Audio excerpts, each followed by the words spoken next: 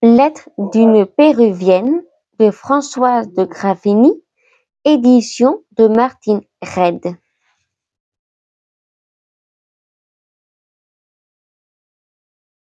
Lettre 26.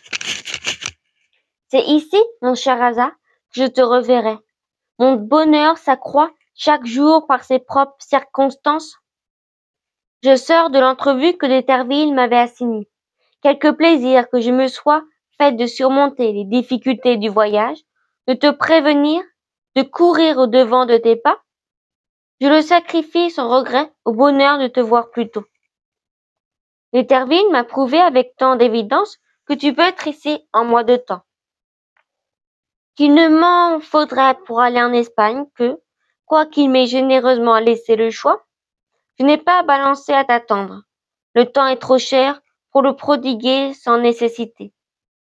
Peut-être, avant de me déterminer, aurais-je examiné cet avantage avec plus de choix, si je n'eusse tiré des éclaircissements sur mon voyage, qui m'ont décidé en secret sur la partie que je prends, et ce secret je ne puis le confier qu'à toi. Je me suis souvenu que pendant la longue route qui m'a conduit à Paris, D'Éterville donnait des pièces d'argent, et quelquefois d'or, dans tous les endroits où nous nous arrêtions. J'ai voulu savoir si c'était par obligation ou par simple liberté. J'ai appris qu'en France, non seulement on fait payer la nourriture aux voyageurs, mais même le repos. Hélas, je n'ai pas la moindre partie ce qui serait nécessaire pour contenter l'intérêt de ce peuple avide. Il faudrait le recevoir des mains de D'Éterville. Quelle honte! Tu sais tout ce que je lui dois. Je l'acceptais avec une répugnance qui ne peut être vaincue que par la nécessité.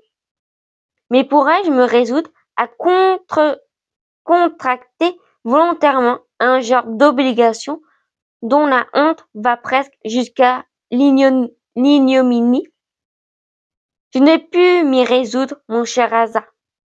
Cette raison seule m'aurait déterminé à demeurer ici.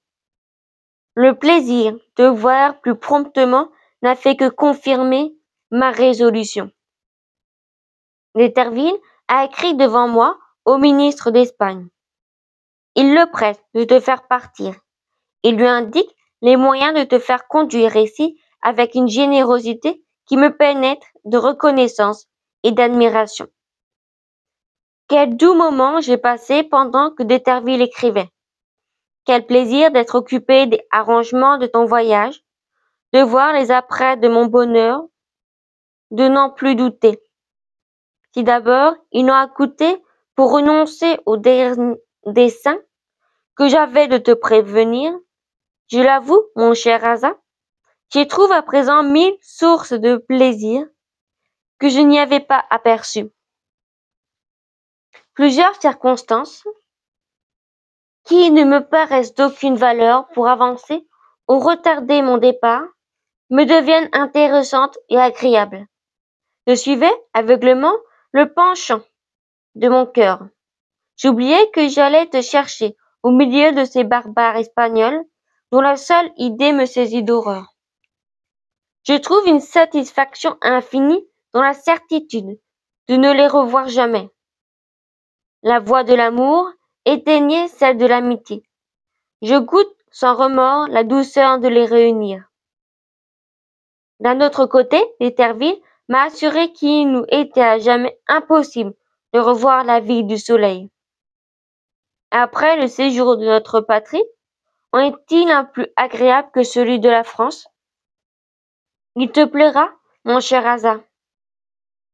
Quoique la sincérité en soit bannie, on y trouve tout d'agréments qui font oublier les dangers de la société. Après ce que je t'ai dit de l'or, il n'est pas nécessaire de t'avertir d'en apporter.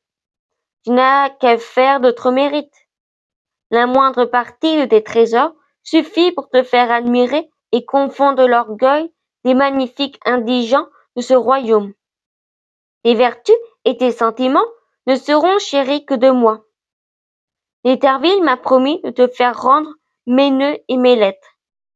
Il m'a assuré que tu trouverais des interprètes pour t'expliquer les dernières.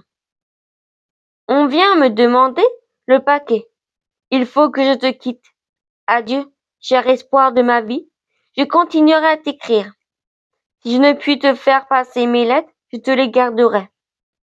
Comment supporterais-je la longueur de ton voyage si je ne privais du seul moyen que j'ai de m'entretenir avec joie, de mes transports, de mon bonheur? Fin de la lettre 26.